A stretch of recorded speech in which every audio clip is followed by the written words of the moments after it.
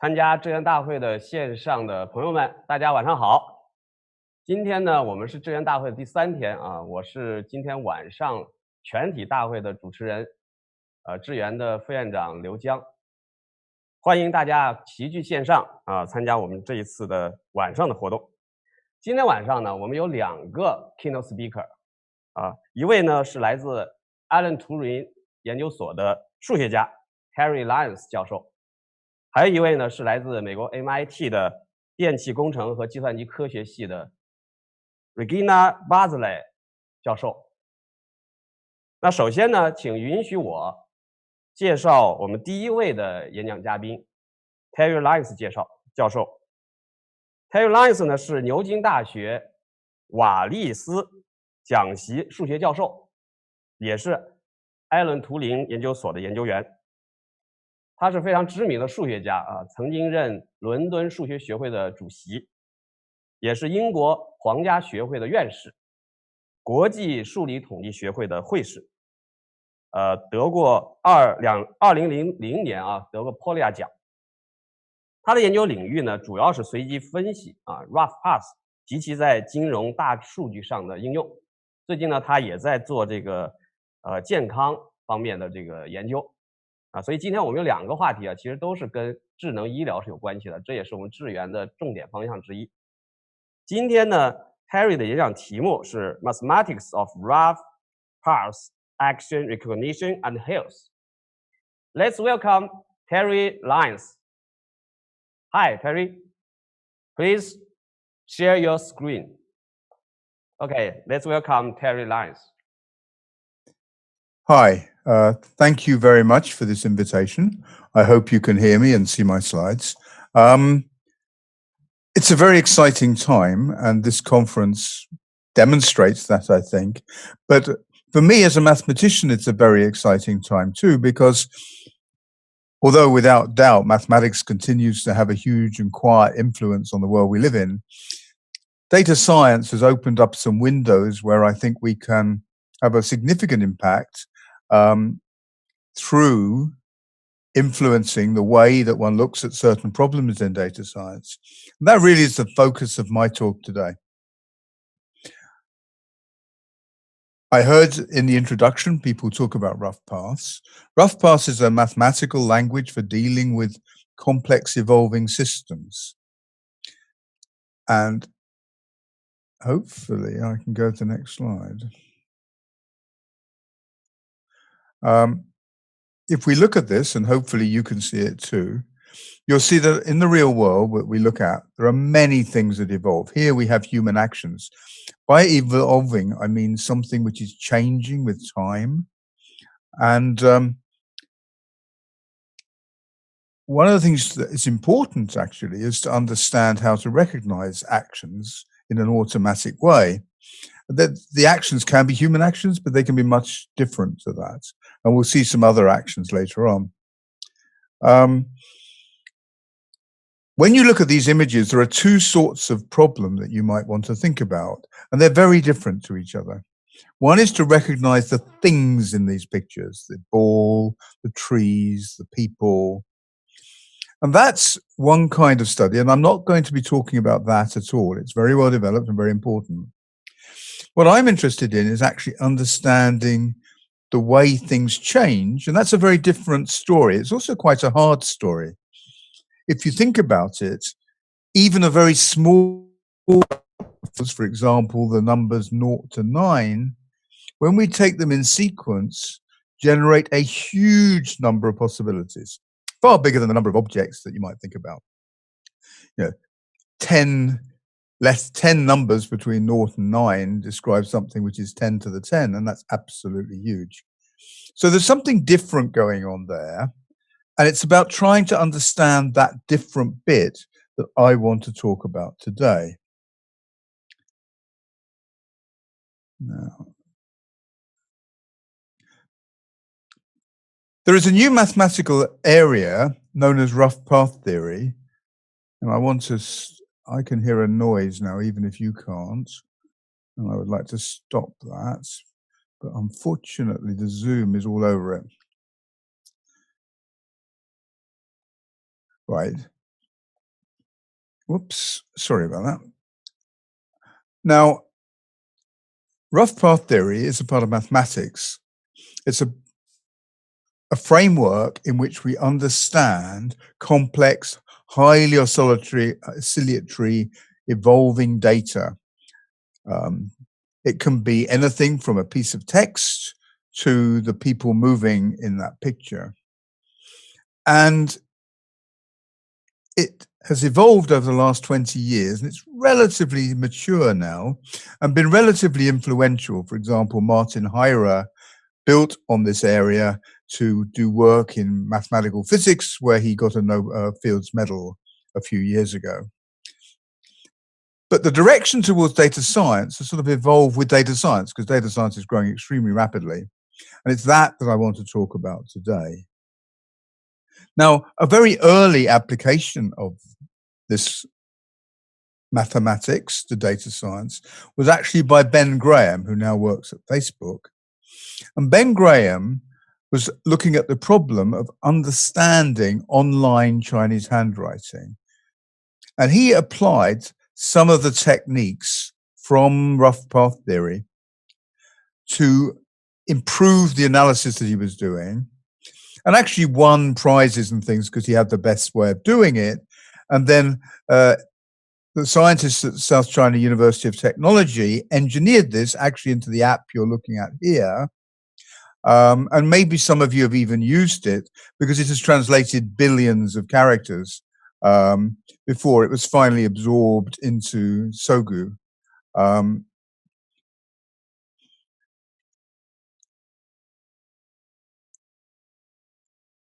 Today,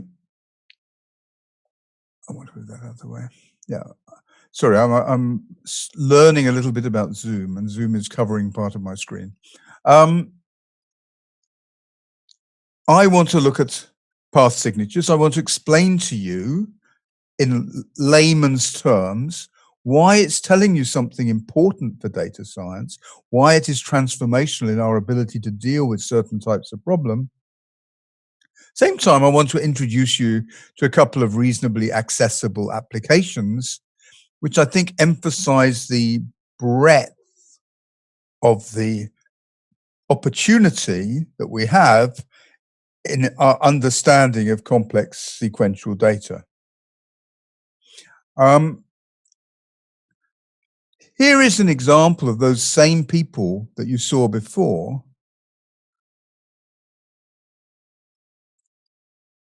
And you'll see that there is quite a lot of information about what is happening here, even though we're no longer looking at the complex RGB.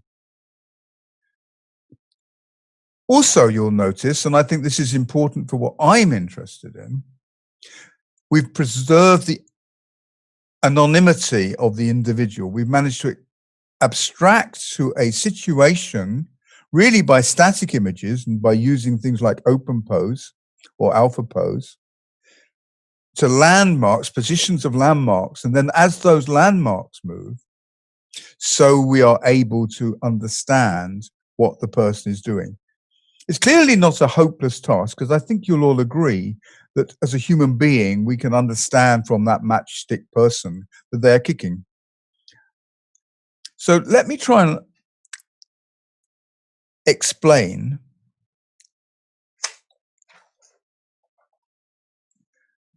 a little bit more how it's all going to work.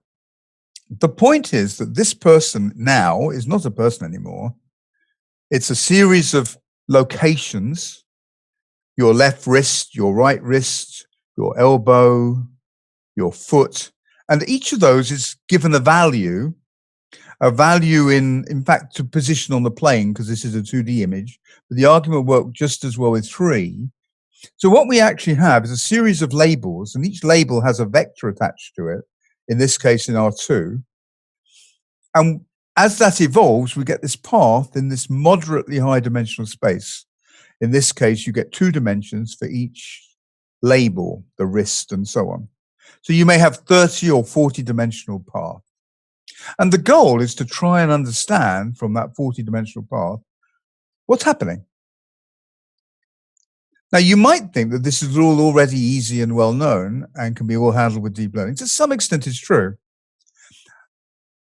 But our challenge is also to get methods that work with relatively little data, relatively few samples, and which have some interpretability. It turns out that the mathematics allows you to do both of those, and the ability to work with relatively few samples increases quite dramatically the range of uses for this kind of methodology.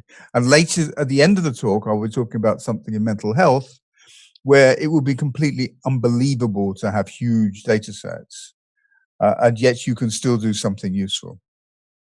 And I think in general, in the social sciences and in public policy, there are an enormous number of situations where things evolve, where you can learn from what's going on, but you don't necessarily have huge amounts of data. So I want to start by explaining what is actually the challenge. What's the problem? What's the difficulty? The difficulty, oh no, I've skipped a bit. Well, maybe I will. Okay, before I do, I'm just summarizing myself. I just want to emphasize here that really complex, multidimensional sequential data occurs all over the place. It could be this finger drawing on the screen of a mobile phone. It could be the events in a financial market. It could be a book or a piece of text where the sequence of the words. It can be a patient record at a hospital. It can be astronomical data. Or as we'll see at the end, it can even be an evolving stream of emotions. But I now want to step back. As I said, I'm a mathematician, and I want to explain to you, in some sense, what is the challenge in understanding stream data. See, normally the way we think about it is we think of it as a sequence of values, perhaps at fixed times. And this 3 can be viewed as that. The 3 in some sense is a curve, and we can follow through, and probably it was presented to us originally in terms of time.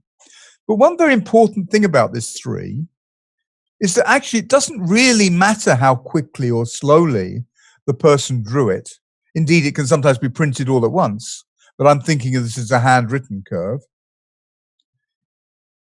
There's something essential about this curve that is to do with its shape and which isn't to do with the speed at which it is sampled or the speed at which it is drawn. And this is very important, actually, because that's a sort of symmetry. It's a bit hard to explain that in a big audience, but it is a symmetry. You can reparameterize this data, resample it without changing its essence, just as you can rotate somebody's face. And you haven't changed the face, but you have changed the data that represents it. And symmetries are really, really bad news for data science, because what they actually mean is you have a large number of ways to represent what you're seeing that are all the same in terms of their essence. And so somehow you have to teach the machine that they are all the same, or you have to find some way of forcing them into some sort of normal form. For example, all the faces look forwards, that you can recognize over and over again. And this is a challenge that actually can be overcome in this particular case. And this is really the nature of this talk. So here you are, you'll see that actually this is the same 3, but written the way many people would capture this data by recording it as 2 paths, an X path and a Y path. And the dotted lines correspond to one version of the 3, where we did more of the writing at the beginning, and the solid lines correspond to another version of the 3. It's the same 3, but simply parameterized at different speeds. And there you see the real challenge. And this is what I was talking about before. There are different ways to represent the same thing where the data looks completely different. This is completely normal for stream data. Almost all stream data There is not a particularly canonical rate at which to sample it. There are all sorts of different ways to collect the data. Sometimes data is irregular, and for different people will come in at different times. It's a very, very normal feature of stream data. But it's also, as I said before, very bad news, because the space of parameterizations is not three-dimensional or even two-dimensional like the rotations, but it's actually infinite dimensional. So you have this high-dimensional symmetry which completely smashes your data to pieces and makes it rather difficult, actually, to understand it. You end up with far too many variables and far too many possibilities compared with the number of observations you have. And that's extremely true if you only have a small data set.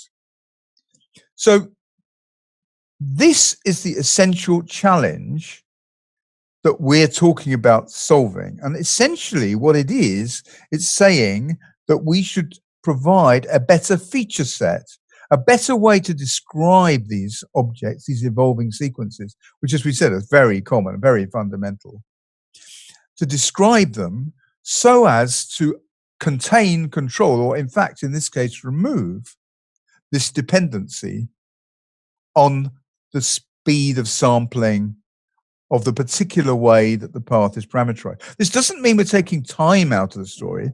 Time can be very important, but then you can regard it as another dimension. This view of paths as just being a set of variables changing is powerful. I mean, you can add in a visibility one to our images if you want. You can certainly add in time. And so you can separate out two different questions. One is the invariance of the data under sampling. So how many frames a second do you watch this video? That does not really change the video.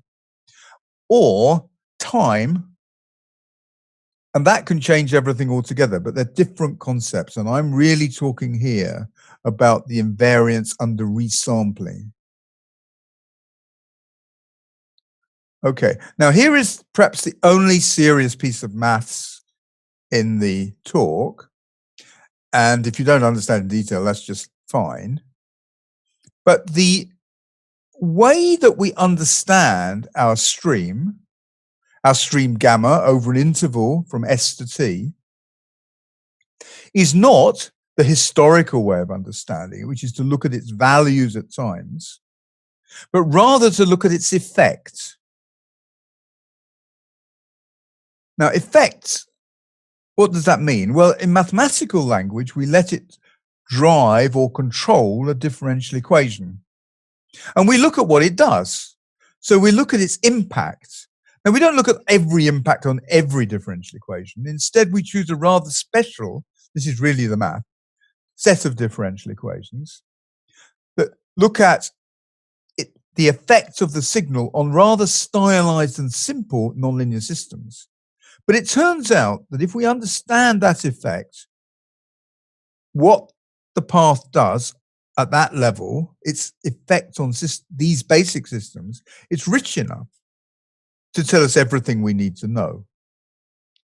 And although that seems a bit strange when you're graphing functions like we were before, there are many streams that we look at or listen to where we would never do anything else. If the stream is a video, we do not normally describe it by giving the frames one at a time, but rather we describe it perhaps in terms of, well, in the opening, the hero arrived in the film, but we didn't realize they were the hero. And then the second section of it, we did something else. We don't describe streams by looking at their values at times. Instead, what we do is we describe this by looking at the effect of what's happening over a period of time. Sometimes we do both. So if you're looking at somebody's blood pressure, then the actual value might matter and the change in the value might matter. So it's a compromise between these two, but very importantly, we look at the effect on systems and not just the values. And this opens up a large number of different things that you can do. And in particular, it's a sort of top-down description of what's going on. You never need to look at the finest level. if you know enough about the effects on quarter levels. And that actually is mathematical basis of rough path theory, but I'm not really going to get involved in that today, just talk about data science. But the neat thing about this signature, these effects on these simple systems, is that they're quite easy to calculate, they're quite explicit, and moreover, they give a complete description of what's going on. So they transform your stream of data into a complete description in terms of the coefficients that absolutely pays no attention to the sampling rate, if you like, at least in the limit. It gives a description that is totally about the effects of the system, the order in which the different components do things, and quietly ignores the speed of parameterization of the curve. So it exactly filters out this horrible big symmetry that I tried to explain at the beginning. It gives a way of describing the stream that is efficient and removes infinite dimensions worth of bad ambiguity that you have to learn and can't learn because there's too much of it. Here, in fact, is an example of two threes. They're not the same. Computing the signature of them. In fact, because these are mathematical objects, you don't need to know that, but there is a log signature and a signature. And these look at this data in two different ways. The log signature is concise. It contains the information in these curves. The signature is much more non-concise. It's got a lot of redundancy in it, but it has a wonderful property of its own, and that is that it makes every function on this data, anything you might want to learn, well approximated by linear functions of the signature. So you can use linear regression on the signature to learn functions, at least locally. You would never do that with a log signature because you'd need polynomial, nonlinear regression to do it. They give two different ways of looking at the data. But anyway, here you can see they, broadly speaking, tell you something. Many of the terms are broadly the same. A couple are actually different signs, but they're clearly related because the threes are clearly related.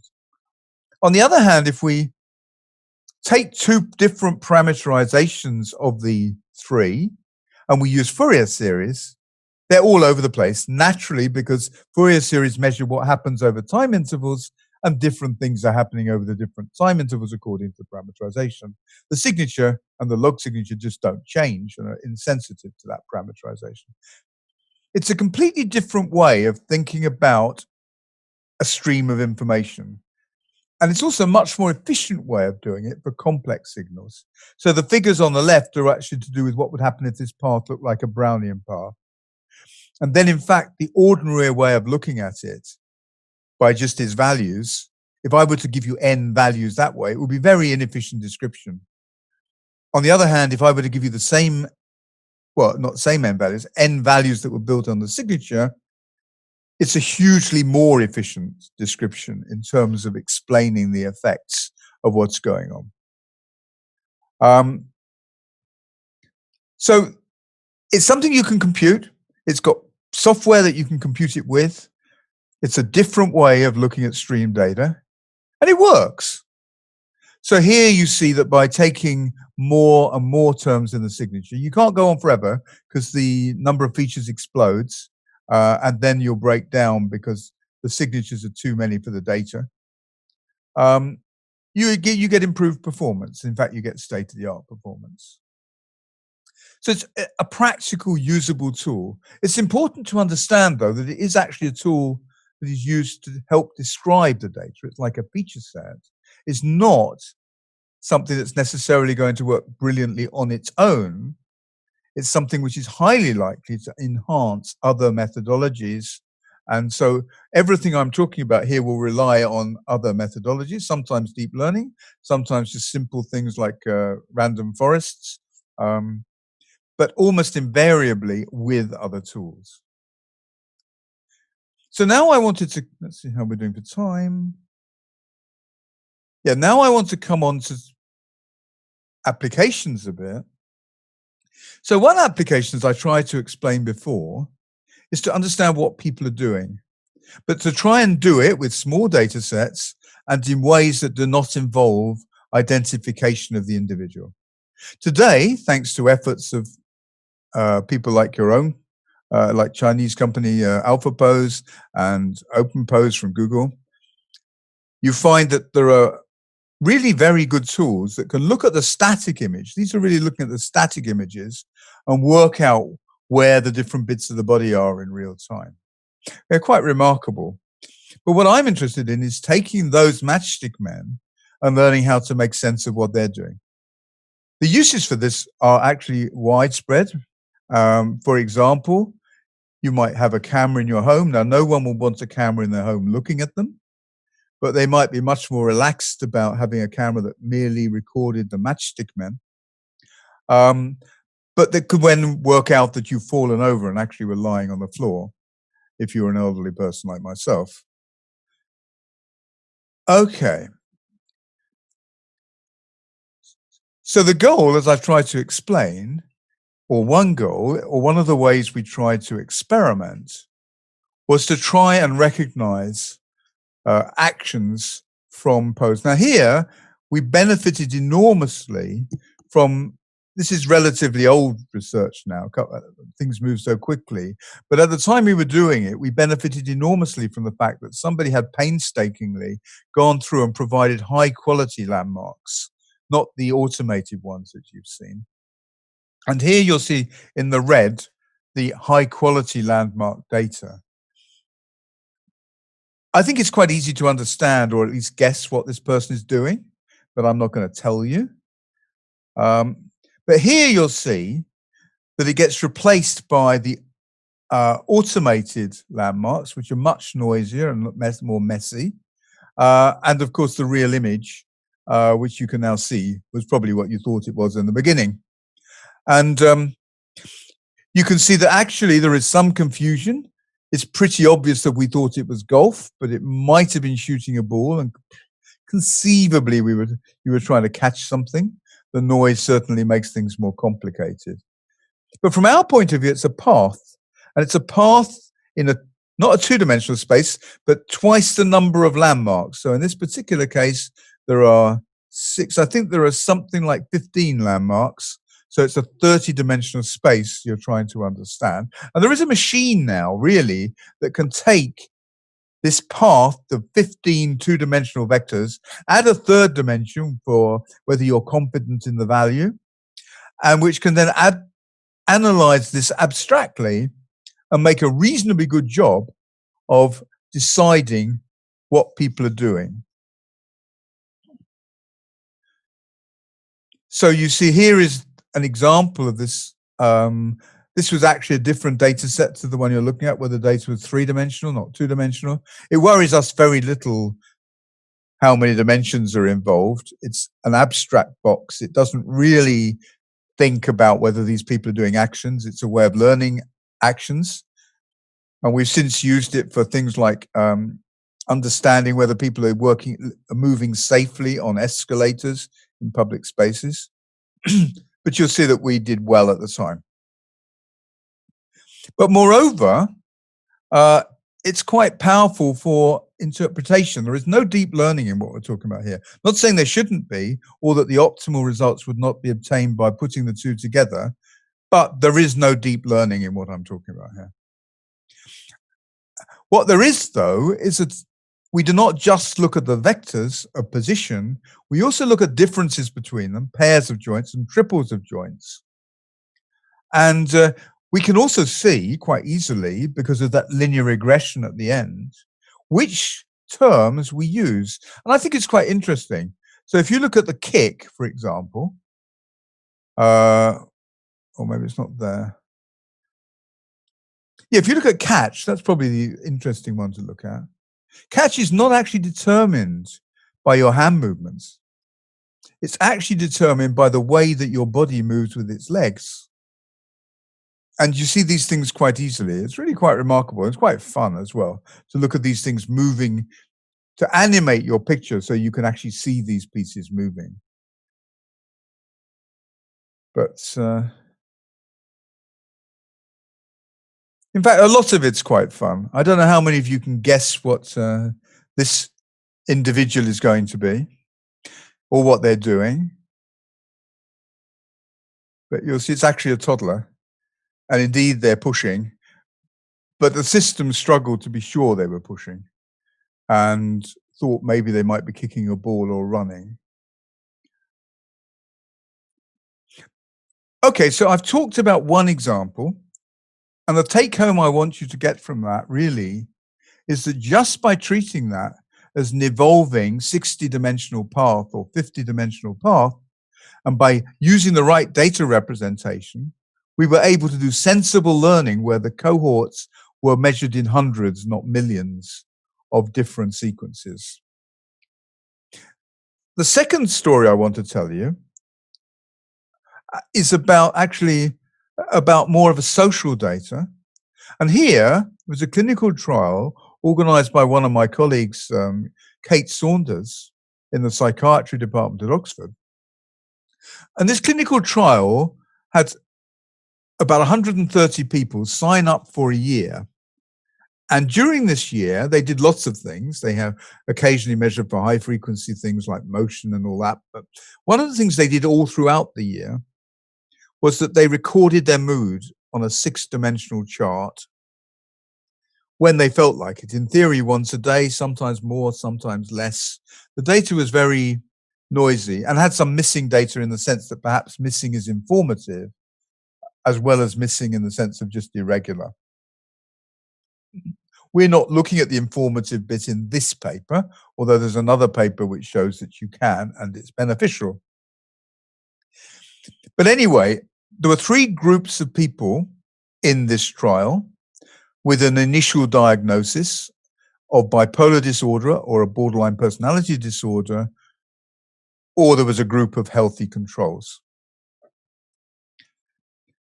And what we're interested in is whether just by looking at the reported mood structure, it was possible to distinguish between these different groups. And the experiment we did had 2 parts to it, really. First of all, because the data was small even for us, we cut the data up into 20 response pieces. So this gave us far more data, not huge amounts, a couple of thousand of these short sequences, but also introduced a serious potential for bias that we had to be careful about. Using the signatures, we were able to classify these little paths of mood, which we obtained by incrementally adding. So if you recorded that you were angry several recordings in a row, then basically your anger score would rise. It's the accumulated mood that you're observing. And we did this for each of the recorded moods, anxiety and so on. And so you get this path in 6 dimensions, 7 dimensions, because we included time. And then we can compute their signatures according to what we had. So we produce these strings of numbers for each of these paths, which rubs out some of the sampling issues and so on. And we had 3,000 of them, and we applied a random forest technique. And we got a relatively weak but clear signal about whether it was more likely that this person had a bipolar diagnosis or a borderline personality diagnosis or neither. And then we accumulated this evidence over the year. So then you look at the fact that they were perhaps, moderately bipolar behavior or not behavior, but signs for several months in a row, so it becomes more likely. And we put it all together into yearly data. And actually it's quite remarkable because actually the small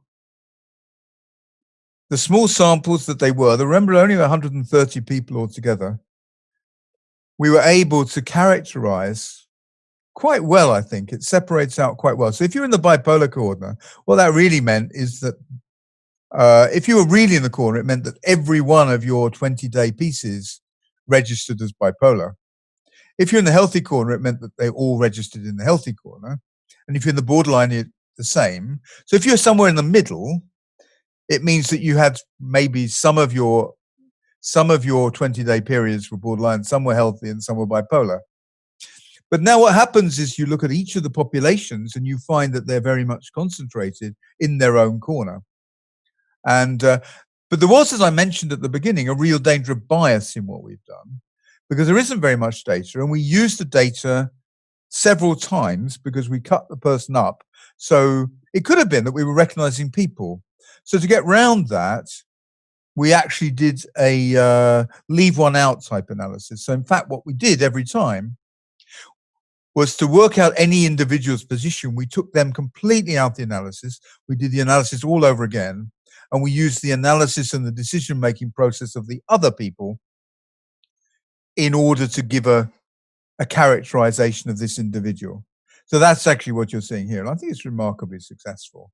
Now, I wanted to give that because I think it's important to understand the range of ways that evolving complex data turns up, and the value of finding a good feature set which allows you to see the order in which things happen, that you become angry before you become anxious rather than the other way around, and that this is powerful. I wanted you to see also that by working in this way, we can get useful information out of the identified data. But there are many other applications. So the Chinese handwriting has translated billions of characters. If you have research trying to understand the diagnosis of Alzheimer's disease and get there a little earlier, then one thing you can look at is the weight of the brain, and this can be assessed using scans. Now, different people have different numbers of scans. They don't all have them spaced out equally during the week or during the months. So actually, again, being able to look at this data in a way that's not particularly sensitive to how many samples you make or how frequently you sample, providing it's adequate, of course. You see, there are many, many situations where this sort of thing can be useful. And that's the application side. But actually, there's a lot of more theoretical stuff that it allows too. I'm not going to go into it, but if anybody ends up looking at the slides, these are some very recent papers that are on the archive that people might find interesting, all of which have been profoundly influenced by the fact that there is this object called a signature, there's something called the log signature, that they have mathematical meaning, and so on and so forth. I think that that's probably time for me to finish and turn over and ask anybody if they've got any questions or have a discussion. I'd be delighted if you have. Hello. I can hear you now. Okay, thanks. Thanks for your sharing, Professor Terry Lyons. I think we've had a great discussion with Professor. So now, if anybody in our audiences have any questions, all right. Well, Terry, I think maybe most of the audiences, they had a great understanding of your lecture. So yes. So for myself, actually, I would like to raise one question for you. Okay. All right. How do, because now we are during the COVID-19 pandemic, right? So a lot of victims from the pandemic. So do you have any suggestions regarding artificial intelligence that can be some techniques of AI that can be applied immediately or very quickly into the curing of this pandemic disease? And also, now let's welcome our host back, Ms. Okay, so yes, could you please answer my question? Yeah. Thank you. Okay. I mean, I think that this is a generic question. almost anybody in this conference probably has some sort of understanding of. Now,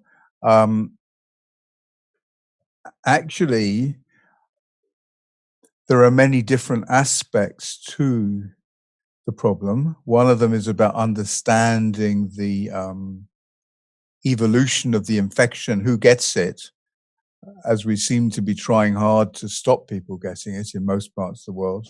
And this is actually an interesting question, isn't it? Because it's a massive compromise between economic development on the one hand and trying to stop individuals getting it on the other. So understanding properly and modeling properly the spread of the infection is something I think AI can help with quite considerably. In particular, my team in Oxford, so the DataSig team, we are actually actively involved in these questions. And one of the tools we have is that we have an object called neural controlled differential equations. And these seem really quite powerful at grabbing complicated interacting data to do with testing, to do with how people socialize, the connectivity, and trying to get relatively accurate fixes on what might happen for the next 10 days or 2 weeks or whatever. So I think this is one particular answer. Also, I think one can help with coping with the horrendous situation of the doctors, trying to be able to maybe flag up where somebody in the hospital needs attention when everybody's overworked and there isn't enough resource to go around. I mean, it's a very complex situation, and I'm very reluctant to say we have magic solutions, because I don't think we do for 1 minute. But I do think that in the background, we can do things that can help clinicians do their jobs better.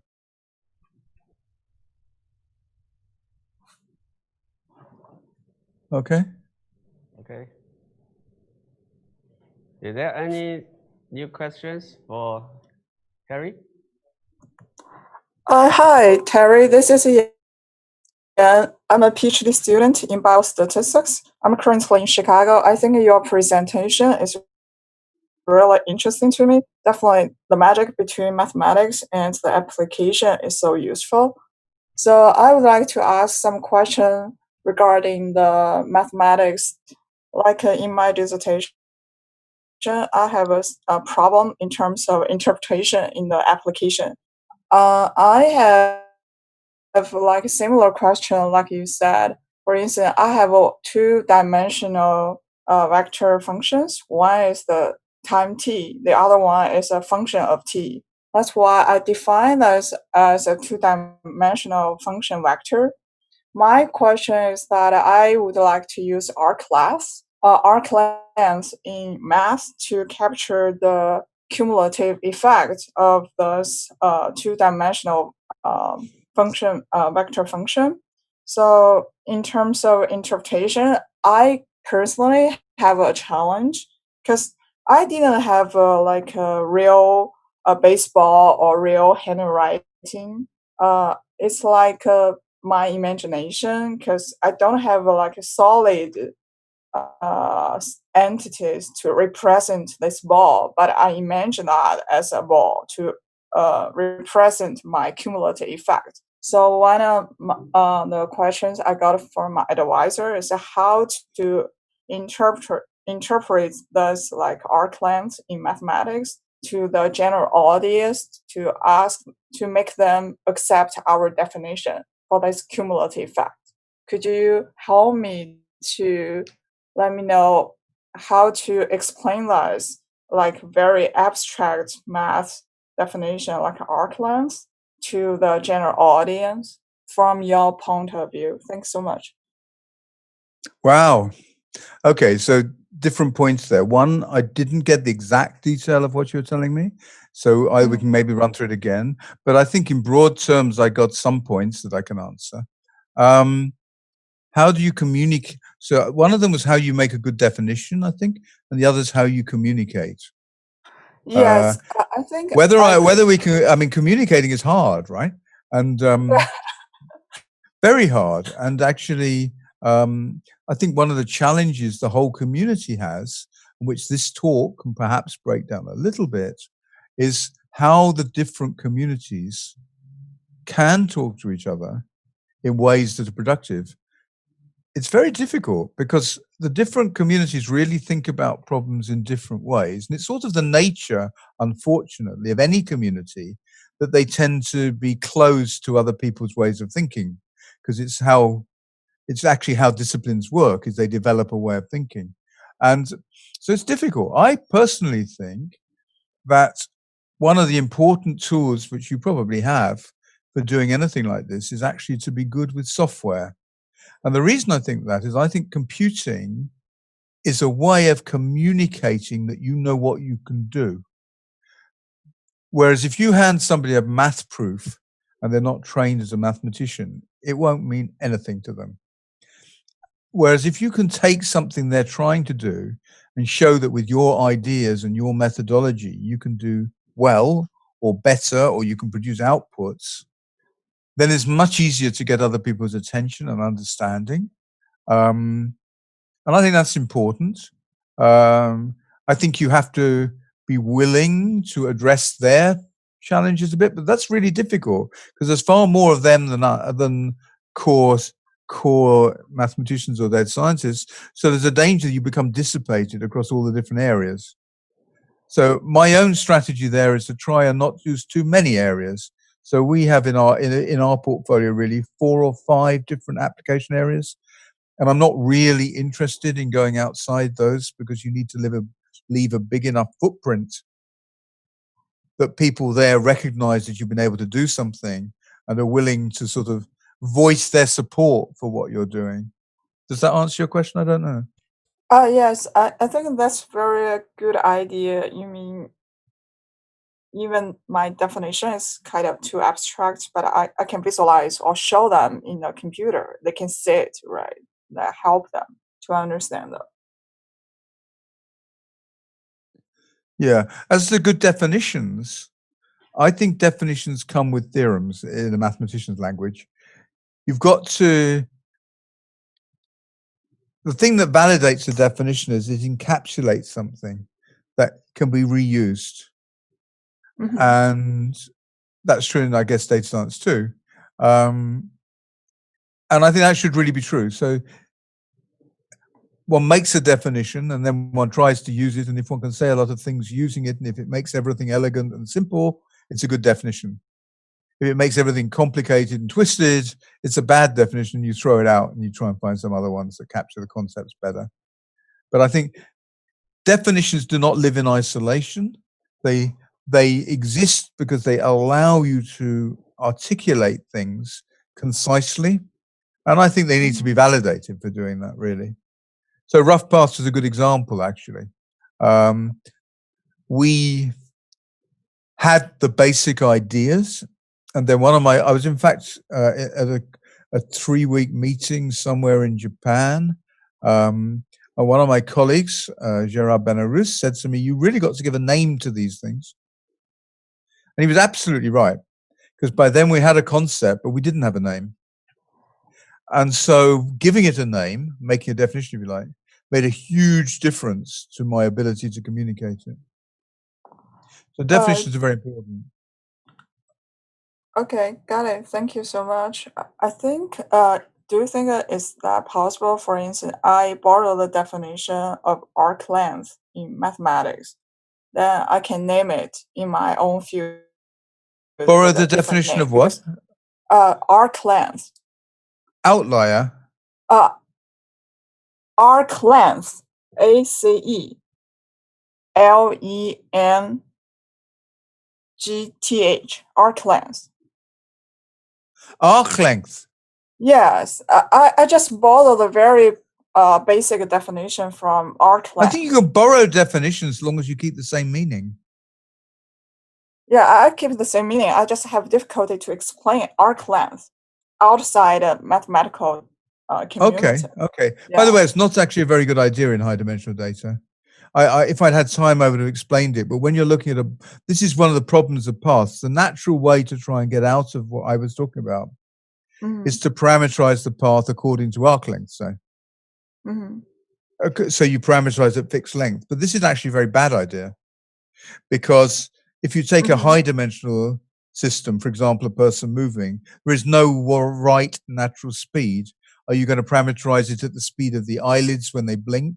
Are you going to parameterize it at the speed of the arms? Are you going to parameterize it at the speed of the legs? There is just no natural right speed to use. So actually, the signature is a way of avoiding introducing something like arc length for some problems. I don't know if that helps you or hurts you, but the signature, the paper you shared in the presentation regarding signature, I can have a read it. Thank you. Yeah, but they're quite mathematical. Okay. Okay, thanks so much. That's very useful. Thank you. Okay. Hi, Terry.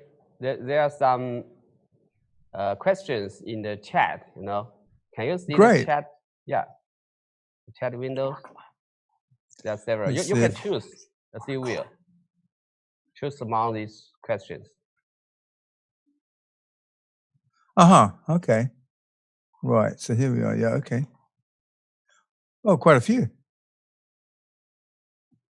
Does increasing the preciseness of models necessarily mean a sacrifice of privacy protection? Okay, that's a really good question. Do you think that the focus on privacy, on making face recognition illegal in some areas will hamper AI? I think we've got to be so careful here. The thing that will hamper AI the most is a massive public reaction against it. So you have to face that and address that first, I think. However, I think a lot of the time the solutions are seen as technological, where really they're social, they should be social and legal.